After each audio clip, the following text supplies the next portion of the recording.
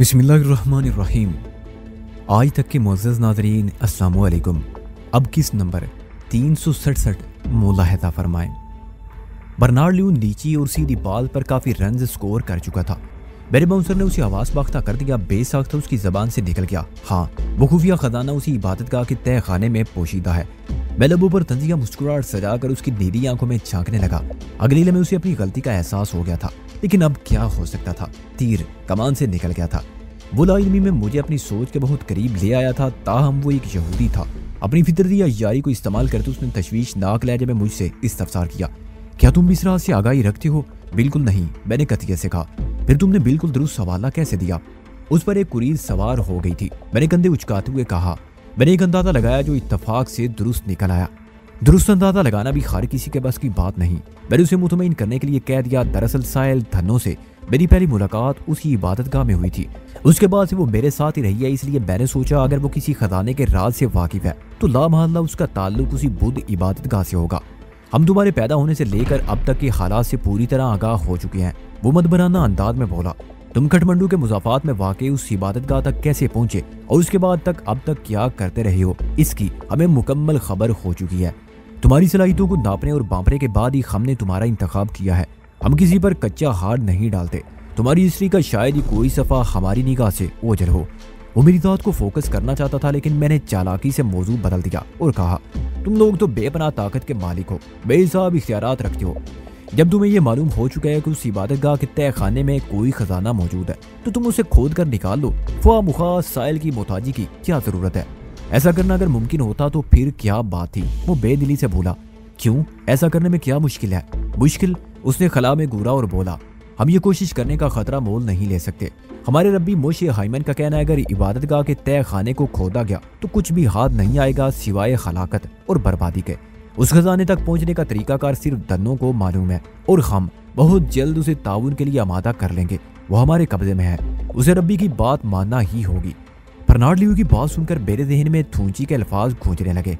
साहिल के बाप थूंची ने मुझे बताया था, जब भी सोने के इस बेशबहा खैरे तक पहुंचने की कोशिश की गई तो इबादतगाह में खून की नदियां उमड़ आएंगी और दर्जनों सैकड़ों हलाकतें वजूद में आएंगी। मेरे सामने कुर्सी पर बैठा वो यहूदी भी कुछ इसी किस्म की बातें कर रहा था और ये मालूमात उस तक उनके रब्बी ने पहुंचाई थी। मोशे हाइमन वाकई कोई बहुत पहुंची हुई शख्सियत था। मैंने ल्यू से पूछा, तुम्हारे रब्बी ने इस खजाने की कोई तफसील तो बताई होगी? मैं दरहकीकत ये जानना चाहता था वो लोग सिर्फ सोने के जखीरे तक महदूद थे या कहानी इससे भी आगे की थी। यहूदियों का रब्बी बेपनाह रूहानी सलाहियतों का मालिक होता है। उसका दर्जा रूहानी और मजहबी लीडर, उस्ताद और स्कॉलर जैसा होता है। उसके लिए रूहानी पेशवा के अल्फाज ज्यादा मुनासिब है। वो मादी और रूहानी उलूम का माहिर होता है। ज़ाहिर और बातिन के बहुत से मामलात पर उसे तसर्रुफ हासिल होता है। ल्यू ने मेरे सवाल का जवाब देते हुए कहा, रब्बी मोशे हाइमन का कहना है उस इबादतगाह के तय खाने में सोने के एक बहुत बड़े जखीरे के अलावा 5 नायाब और अनमोल स्टून भी मौजूद हैं। नायाब और अनमोल इन मानों में कि उनके साइज, म्यार और तराश खराश की कोई मिसाल नहीं मिलती। वो दुनिया में तन्हा व यकता है, कोई उन जैसा दूसरा रोए जमीन पर नहीं पाया जाता। वो 5 बबरकत स्टोन रब्बी, एमराल्ड, सिफायर, टूपाज और डायमंड है। ये 5 स्टोन जहाँ भी एक साथ मौजूद हों वहाँ बेपनाह रूहानी कुव्वतें पैदा हो जाती हैं। हमारे रब्बी इसी हवाले से उनमें दिलचस्पी ले रहे हैं। मैं सिर्फ सोने के जखीरे के बारे में जानता था। ल्यू ने स्टोन्स के हवाले से जो इंकशाफ किया था उसने वक्ती तौर पर मेरे होश उड़ा दिए थे और सबसे पहले मेरे जहन में यही सवाल उभरा, क्या वाकई साहिल किसी नायाब खजाने तक पहुंचने का रास्ता जानती है?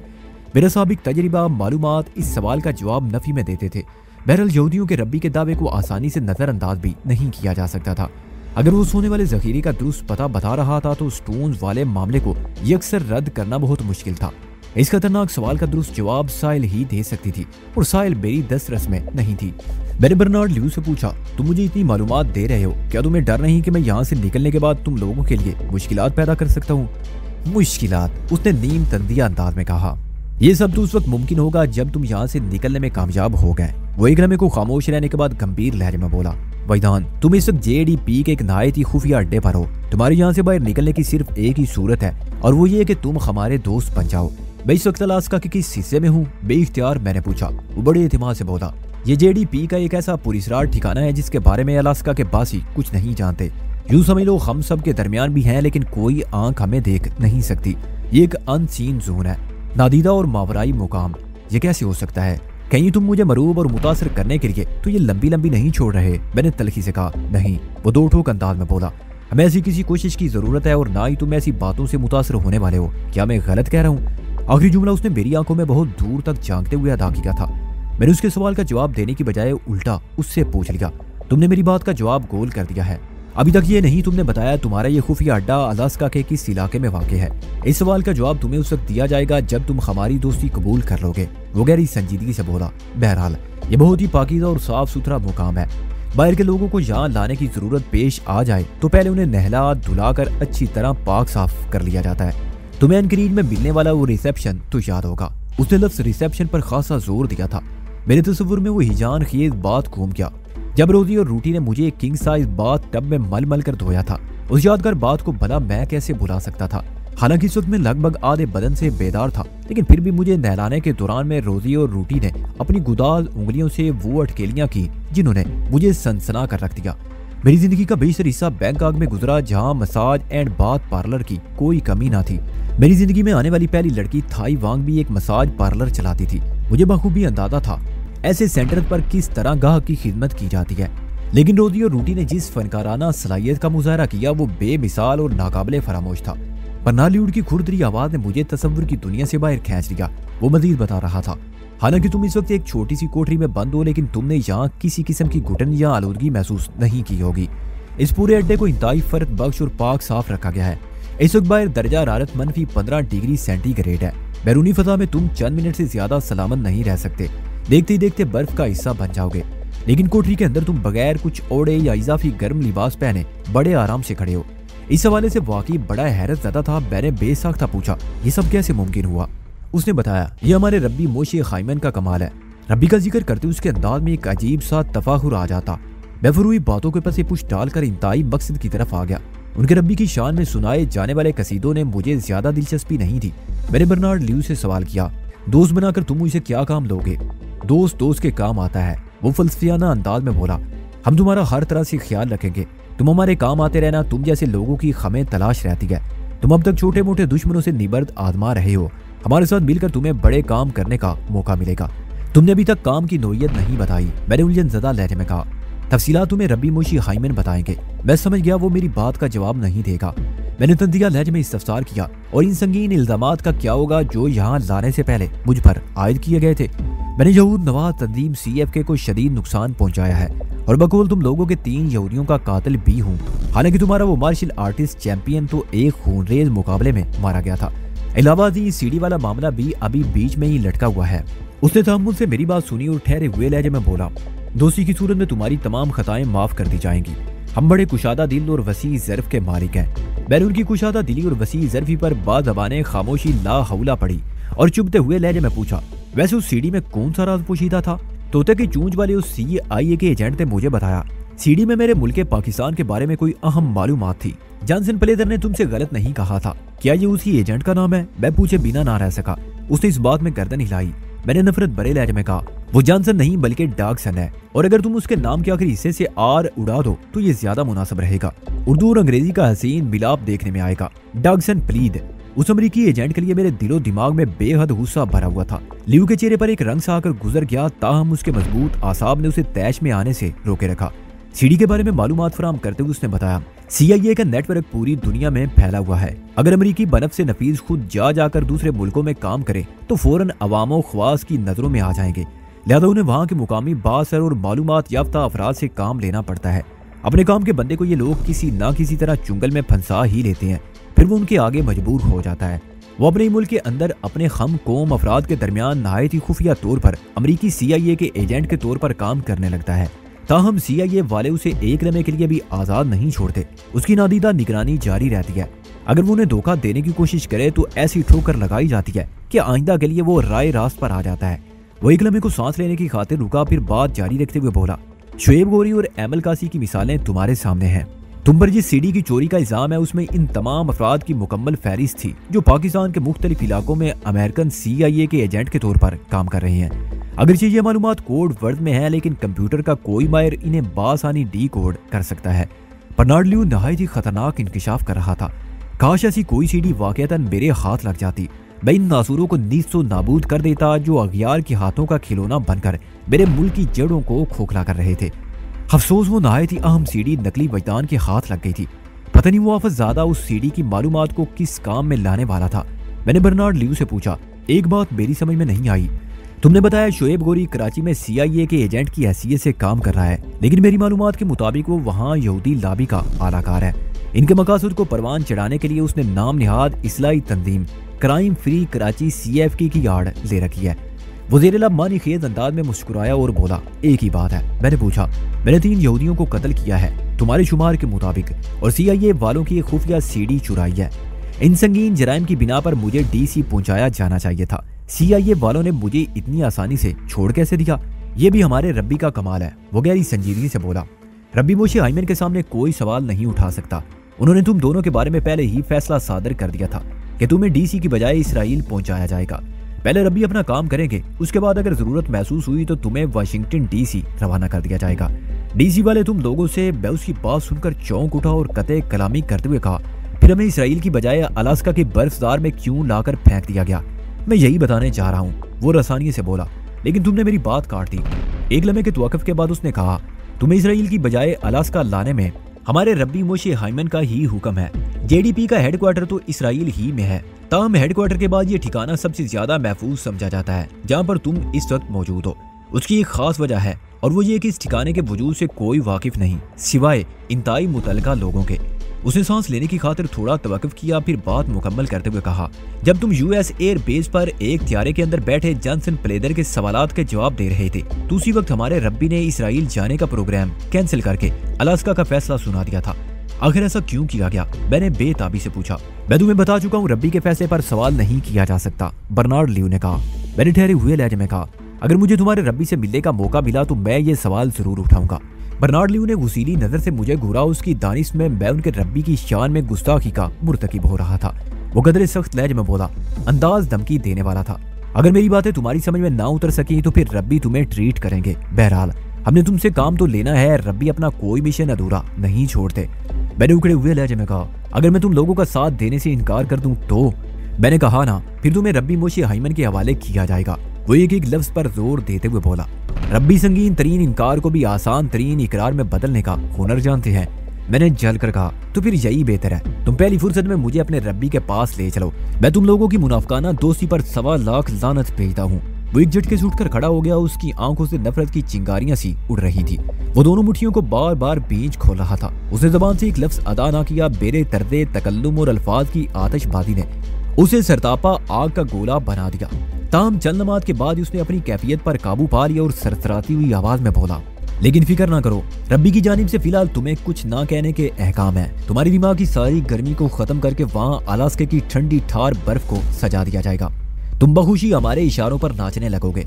मैं खामोशी और मानदाना नजर से यकटक उसे घूरता चला गया। वो ठोस लहजे में बोला, तुम्हारे पास सिर्फ आज रात की मोहलत है। ठंडे दिलो दिमाग से अच्छी तरह सोच कर फैसला कर लो। अगर सुबह तुम्हारा फैसला हमारी दोस्ती के हक में हुआ तो बड़ी अच्छी बात है, बसूरत दीगर तुम्हें रब्बी के सुपुर्द कर दिया जाएगा। That's all. बात खत्म करके वो मुड़ा और तेज कदमों से चलते हुए मेरी निगाह से ओझल हो गया। बर्नार्ड लियू के साथ होने वाली तवील गुफ्तगू ने कोफ्त के साथ साथ मेरी मालूमात में भी बेपनाह इजाफा किया। मैं अमरीकी CIA और सियोनी यहूदी तंजीम JDP के दरमियान तख्ता बशक बनकर रह गया। ये मेरी जिंदगी का एक नया और हंगामा खेज मोड़ था। पता नहीं हालात की करवट मुझे कहाँ पहुंचाने वाली थी। मुन्नील कुंड इबादतगाह के हवाले से लियू ने हैरत अंगेज इंकशाफ किया था। मैं सिर्फ तय खाने वाले सोने के जखीरे से वाकिफ था। उसी तय खाने के किसी हिस्से में 5 कीमती पत्थर डायमंड, हीरा, एमराल्ड, रूबी, याकूत, सेफायर, नीलम और टूपाज पखराज भी मौजूद थे, जो अपनी साख्त और तराश खराश की बिना पर अनमोल और नायाब थे। और उन रूहानी नायाब पत्थरों तक सिर्फ और सिर्फ साहिल ही पहुंचा सकती थी, लेकिन मुझे साहिल कहीं से भी ऐसी नहीं लगती थी। बर्नार्ड लियू ने रुखसत होते वक्त मुझे एक रात की मोहलत दी थी ताकि मैं उनकी दोस्ती या दुश्मनी का इंतखाब करने के लिए अच्छी तरह सोच विचार कर लूं। उसका वादे मतलब यही था, वो रात या तो शुरू हो चुकी थी या फिर शुरू होने वाली थी। मुझे लियू से यह पूछने का ख्याल नहीं रहा था कि इस कोठरी में मुझे दाखिल कैसे किया गया था, जबकि इसकी दीवारों में दरवाजे नाम की कोई शय मौजूद ना थी। नन्ही मुन्नी अजीबुल शक्ल वाहिद खिड़की से इंसानी दाखिला मुमकिन नहीं था। बिल्कुल ऐसे महसूस हुआ जैसे मुझे एक जगह पर खामोशी से बिठाकर वो कोठरी नुमा छोटा सा कमरा तामीर किया गया था। मेरे बदन के मफलूज हिस्से पूरी तरह बेदार हो चुके थे। हल्के फुल्के नाश्ते ने जिससे मैं मजीद चुस्ती भर दी, लेकिन थोड़ी ही देर बाद मुझे जमाई आने लगी। ये उस काफी का असर था जो नाश्ते में मैंने पी थी। चाय और काफी मुझ पर उल्टा असर करती हैं। नींद भगाने की बजाय ये उसे दावत देकर बुलाती हैं। मैं जाकर मैट्रेस पर लेट गया। किसी फैसले पर पहुंचने के लिए मुझे सोच विचार की जरूरत नहीं थी। मेरा फैसला अटल था और वो ये कि मुझे किसी भी सूरत यहूदियों का आलाकार नहीं बनना था, न दोस्त की शक्ल में और ना ही दुश्मन के रूप में। ज्यादा बेहतर यही था कि मैं अपनी नींद पूरी कर लूं। पता नहीं आइंदा कैसे हालात पेश आते, घंटों आंख लगाने का मौका भी मिलता या नहीं। अब मेरा साबका चौधरी नवाज़िश अली या शुएब गोरी जैसे दुश्मनों से नहीं था। यहूदी इस दुनिया की सबसे बड़ी ताकत थे। इस कुव्वत से निपटने के लिए मुझे अपनी ज़हनी, जिस्मानी और रूहानी सलाहियतों को बायक बरवे कार लाना था और इस सिलसिले में ची का शोबा नहायत ही अहम था। ऐसा सोचते ही मैं उठकर बैठ गया। दीन की वादी में उतरने से कबल योगा और ची की मखसूस मशकें करना जरूरी था। मैंने अपने जिस्म को आमादा करने के लिए खत योग के 2-3 आसन लगाए। मुबैना तौर पर वो रात का आखिरी वक्त था, ताहम कोठरी के अंदर बड़ी फरत और आसूदगी महसूस हो रही थी। पता नहीं एयर कंडीशनिंग का कैसा निजाम था, मेरी तो समझ में नहीं आ रहा था। लूड्स पोस्चर, कोबरा पोस्चर और प्लू पोस्चर के बाद मैंने कैंडल पोस्चर लगाया और सांस की मशक के लिए आलती पालती मारकर पिदम आसन में बैठ गया।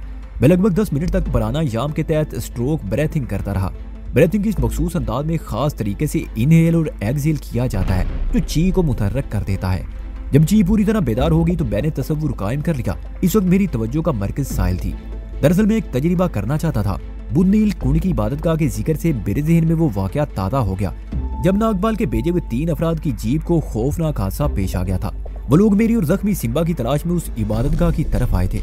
थूंची ने मुझे और धन्नो साहिल को तय खाने में छुपा दिया था। वो लोग हमें पाकर थूंची और बीर जानी को अपने जुल्मों ज्यादती का निशाना बनाकर वहीं से वापस चले गए थे। जब मैंने साहिल के माँ बाप की हालत देखी तो मेरा खून खोल उठा और मैंने आंखें बंद करके उन 3 अफराद का तस्वुर किया था। पता नहीं वो कौन सा लम्हा था कि थोड़ी सी कोशिश के बाद वो लोग मेरे तस्वुर में आ गए थे। वो तीनों एक जीप में सवार बागमती की तरफ जाने वाली काकानी हाईवे पर तेज रफ्तारी से उड़े जा रहे थे। मैंने उन्हें अपने तस्वुर में फोकस कर लिया। अगले हील में मुझे सामने से लकड़ियों से लदा हुआ एक ट्रक आता दिखाई दिया और फिर वो जीप उससे टकरा गई। वो तीनों फना के घाट उतर गए। मैं नहीं जानता ये कैसे हुआ था। उस वक्त मेरा दिलो दिमाग उन बदमाशों के लिए गमों गुस्से से भरा हुआ था। मैं उन पर शदीद तरीन बर्बादी का ख्वाह था। उन्होंने थूंची और बीर जानी को वैश्याना सलूक से गुजारा था। हो सकता है मेरी शदीद ख्वाहिश ने उन तीनों का भट्ठा बना दिया हो। ये भी मुमकिन था कोई बात ना हुई हो। उन तीनों की मौत उसी हादसे में वाक़े होना लिखी हो और मेरे तस्वुर ने मुझे उनकी भयानक मौत का मंजर दिखा दिया हो। होने को कुछ भी हो सकता था, लेकिन थूंची का ख्याल यही था कि मैंने अपनी किसी पुलिसरार शक्ति की मदद से उन तीनों को नीस्तो नाबूद कर दिया था। और ये क्या, साहिल की सरापा पर तवज्जो मरकूज करने के चंद सेकंड ही गुजरे थे कि वो मेरे तस्वुर की गिरफ्त में आ गई। मेरा तखय्युल उसके सरापा से रोशन हो गया। वो इस वक्त मेरे ही जैसी एक कोठरी में किसी मैट्रेस पर लेटी हुई थी। उसकी आंखें बंद थी। पता नहीं वो सो रही थी या ऐसे ही आंखें मूंद रखी थी। वो मुझे बहुत ही मासूम और प्यारी लगी। जी चाहा कि हाथ बढ़ाकर उसे उठा लूं, उठाकर बिठाऊं, बाहों में भर लूं। बेसाख्ता मेरे लोगों ने उसे पुकारा, साहिल। मेरी इस पुकार के साथ ही तस्वुर टूट गया। वो मेरी निगाह से ओझल हो गई। मेरी बंद आंखों के सामने तारीकी के सिवा कुछ नहीं था। मैंने हड़बड़ाकर आंखें खोल दी। इस कोठरी में मैं अकेला ही था। साहिल किसी और कोठरी में कैद की गई थी। मैंने बेइख्तियार दोबारा आंखें बंद कर ली। साहिल को अपने तस्वुर में लाने की कोशिश करने लगा, लेकिन 12 कोशिश के बाद भी मुझे कामयाबी हासिल ना हुई। वो मेरे तस्वुर में न्यूटन नहीं हो पा रही थी। मैंने अपने पिचवेटरी और पैनल ग्लैंड पर कई मरतबा तवज्जो मरकूज की, मगर कुछ हासिल ना हो सका। मेरी बातनी आंख पैनल ग्लैंड ने काम करने से इनकार कर दिया। पिचवेटरी ग्लैंड भी कोई सिग्नल रिसीव करने के मूड में नहीं था। मैंने थक हार कर कोशिश तर्क कर दी। आज मैं एक हैरत अंगेज और खुशगवार तजर्बे से गुजरा था। मैंने इर्तिकाद तवज्जो से अपने टारगेट तक रसाई हासिल कर ली थी, मगर फिर मेरी पुकार के सबब उस तस्वुर में रखना पड़ गया, जो कई दफा की कोशिश के बाद भी दूर ना हो सका। इस वक्त मैं ये फैसला ना कर पाया कि वो ची का कोई करिश्मा था या मेरी कोई मखसूस बातनी कुव्वत बेदार हो गई थी। बहरहाल वो जो कुछ भी था उसका ताल्लुक थर्ड आई यानी बातनी आंख पैनल ग्लैंड ही से हो सकता था। ची की कुव्वत ही ने उस रास्ते से मुझे साहिल तक पहुंचाया था। गोया ताकत ची और वसीला तीसरी आंख का मिलाप हो गया था। इस तजर्बे के बाद मुझे अफसोस होने लगा कि अब तक मैंने साहिल का सुराग लगाने के लिए ये अमल क्यों नहीं किया था। मैं कई माह से उसकी तलाश में दर दर की खाक छान रहा था। अगर मैं पहले साहिल का तस्वुर करके अपने ग्लैंड्स को ज़हमत देता तो उसकी लोकेशन वगैरह मालूम करने में कामयाब हो सकता था। जाने से पहले मेरा ध्यान उधर क्यों नहीं गया था। सच कहते हैं कुदरत के कारखाने में हर काम का एक वक्त मुकर्रर है। उससे पहले यह बात की कोई सूरत नहीं। ये सलाहियत भी इस वक्त मुझ पर खुलना थी जब मैं अपनी जिंदगी के नाजुक तरीन दौर से गुजर रहा था। ताम अभी मैं अपनी सलाहियत के बारे में खत्मी तौर पर कुछ नहीं कह सकता था। अगर मैं इसकी प्रैक्टिस करता तो शायद इसमें महारत हासिल हो जाती। साहिल खैर आफियत से थी, ये जानकर मेरे दिल को इत्मीनान हो गया। मैंने अपने दिमाग को मखसूस हिदायत दी और नींद की मेहरबान बाहों में सिमटता चला गया। मैंने अपने ब्रेन क्लॉक को आला सुबह पर सेट किया था। हिदायत के सिलसिले में मेरे दिमाग ने कभी मुझे धोखा नहीं दिया था। मैंने जो वक्त मुकर्रर किया उसी पर मेरी आंख खुल जाती है। उसी हिदायत का एक हिस्सा ये भी होता है कि अगर इस नींद के दौरान में मेरे आसपास कोई गैर मामूली वाकया पेश आने की तवक्को हो तो मेरी आंख वक्त मुकर्रर से पहले ही खुल जाएगी। और उस रात मेरी आंख अचानक खुल गई थी। मैं टांगे नीचे फैलाए बैटर्स पर खामोश लेटा रहा। ये एहसास तो हो गया था कि अभी मेरी बेदारी का वक्त नहीं हुआ था। इसका यही मतलब था कोई गड़बड़ हो चुकी है या होने वाली है। मैं बड़ी तवज्जो से लेटे लेटे सुनगुन लेने की कोशिश करने लगा, फिर एहतियात से उठकर बैठ गया। कोठरी उसके अंदर का मुख्तसर सा सामान यूं का तू था। अजीबुल वजूद खिड़की से मुनासिब रोशनी कोठरी के अंदर पहुंच रही थी। इस सामान से यह अंदाजा लगाना नामुमकिन नहीं था कि बाहर दिन होगा या रात। मेरे पास घड़ी भी मौजूद नहीं थी कि कोई हिसाब किताब कर लेता। अलबत्ता मुझे पूरा भरोसा था कि अभी सुबह होने में बहुत वक्त बाकी है। मेरी आंख खिलाफ मामूल वक्त मुइना से बहुत पहले खुल गई थी। मैं बैटरी से नीचे उतर आया और उसी वक्त मुझे महसूस हुआ इस कोठरी में मेरे अलावा भी कोई मौजूद है, लेकिन कौन? इस ख्याल में बड़ी खोजती हुई नजर से एक लम्हे में कोठरी का जायजा लिया। वहां मेरे सिवा और कोई भी मौजूद नहीं था। बेइख्तियार मेरे पांव उस कोठरी के मिनी साइज वॉशरूम की जानिब उठ गए और फिर वॉशरूम के अंदर पहुंचाने वाली उस 4 फुट तवील दराड़ के उस पार वो मुझे नजर आ गई। मैंने पहली ही निगाह में उसे पहचान लिया। वो रूटी थी। रूटी ने इस वक्त कदरे माकूल लिबास सेबे वजूद बना रखा था। रूटी को वहां देखकर मुझे हद दर्जा हैरत हुई। पता नहीं वो कब और कैसे इस कोठरी में दाखिल हुई थी। एक ऐसी कोठरी जिसमें आमदोरफ्त के लिए कोई दर खुला या बंद नहीं छोड़ा गया था। ना मालूम ये क्या तिलिस्म था। वो मेरी जानिब देखकर दिल लावेज अंदाज में मुस्कुराई, फिर अपने होंठों पर उंगली रखकर मुझे खामोश रहने का इशारा किया और उसके साथ ही उसने वॉशरूम के अंदर आने को कहा। मैंने एक लम्हे को गौर किया और 1 फुट चौड़ी 4 फुट लंबी दरार में पैरों के बल सिरकने लगा। रूढ़ी का अंदाज दोस्ताना था और अगर वो किसी खतरनाक इरादे से भी वहां पहुंची थी तो मैं उससे डरने वाला नहीं था। जब मैं जुज़वी तौर पर बेबस था तो उसने मेरा क्या बिगाड़ दिया था, और अगर कुछ बिगाड़ा भी था तो वो बिगाड़ बड़ा यादगार था। उसकी याद मेरी यादाश्त में महफूज थी। मैं वॉशरूम के अंदर पहुंचा तो रूटी ने वॉश बेसिन का नल खोल दिया। वॉशरूम में पानी गिरने की मखसूस आवाज उभरने लगी। उसके साथ ही वो सरगोशियाना अंदाज में बोली, मेरे पास वक्त बहुत कम है, मैं तुमसे कुछ जरूरी बातें करने आई हूँ। मैंने उसकी चमकदार आंखों में झांका और सरगोशी ही के अंदाज में इस्तफसार किया। बातें तो तुम बाद में करना, पहले ये बताओ अंदर कैसे आई हो, किस दरवाजे से? तुम्हारे सवाल का जवाब मैं वापसी पर दे दूंगी, वो मखसूस अमरीकी लहजे में बोली। हमारे दरमियान वो गुफ्तगू इंग्लिश में हो रही थी। तुम मुझे अपना दोस्त समझो, उसने रसानिये से कहा। मैंने कहा, अपने दुश्मनों के इशारों पर नाचने वाली को मैं क्यों दोस्त समझ लूं? उसने मेरे सरापा पर एक भरपूर नजर डाली और बड़े एतमाद से बोली, मैं जब तुम्हें यहूदियों की कैद से रिहाई दिलवा दूंगी तो तुम्हें मेरी बात, मेरी दोस्ती पर यकीन आ जाएगा। अगर तुम दोस्त हो तो फिर मेरे दुश्मनों के अंदर क्या कर रही हो? मैं इनके अंदर रहकर इन्हें कमजोर कर रही हूँ। क्या तुम यहूदियों की साथ ही इनकी आलाकार नहीं हो? मैंने हैरत से उसे देखा। वो नफी में गर्दन को झटकते हुए बोली, खरगिज नहीं, मैं इनके दरमियान रहते हुए अपने लोगों के लिए काम करती हूँ। मैंने सोचा मुमकिन है ये यहूदियों की कोई नई चाल हो। वो इस रूटी को मेरे पास पहुंचाकर मुझसे कुछ उगलवाना चाहते हो, उसे मेरा दोस्त जाहिर करके मुझे शिकार करने का इरादा रखते हो। रूटी को वो चारे के तौर पर आगे बढ़ा सकते थे। मैंने रूटी को शख्सज़दा नजर से देखते हुए सवाल किया, अगर तुम अपने लोगों के लिए यहूदियों के खिलाफ कुछ भी करती फिर रही हो तो मुझे ये सब कुछ क्यों बता रही हो? मुझसे तुम्हारा क्या ताल्लुक वास्ता है? वो ठहरे हुए लहजे में बोली, तुम्हारा ताल्लुक वास्ता उन लोगों से है जिनके लिए मैं काम करती हूँ। हमारी टीम के 2 अफराद इस वक्त यहाँ मसरूफ अमल हैं। मैं तुम्हें और माइकल तुम्हारी साथी को रिहाई दिलाएगा, बाद में आपस में मिल जाएंगे। मेरे बड़े तुम दोनों के दोस्त हैं, लिहाजा इसी ताल्लुक से मैं तुम्हें अपना दोस्त कह रही हूँ। तुम्हारे बड़े कौन है? मैंने इस्तरारी लहजे में पूछा। ये तफसील मैं तुम्हें बाद में बताऊंगी। वो मुझ में और मेरी साथी साहिल में क्यों दिलचस्पी ले रहे हैं। दिलचस्पी का सबब वही है जो यहूदियों के पेश नजर है। वो बोली, फर्क सिर्फ मुस्बत और मनफी रवैये का है। यहूदियों का रब्बी जिस खुफिया खजाने पर हाथ साफ करना चाहता है, मेरे बड़े उसकी हिफाजत करना चाहते हैं। वो एक लम्हे को मुतवक्किफ हुई, फिर बात को आगे बढ़ाते हुए बोली, मैंने कहा ना, इस वक्त तफसील बताना मुमकिन नहीं। मैं बाद में तुम्हारा ज़हन साफ कर दूंगी, मुझ पर एतमाद करो।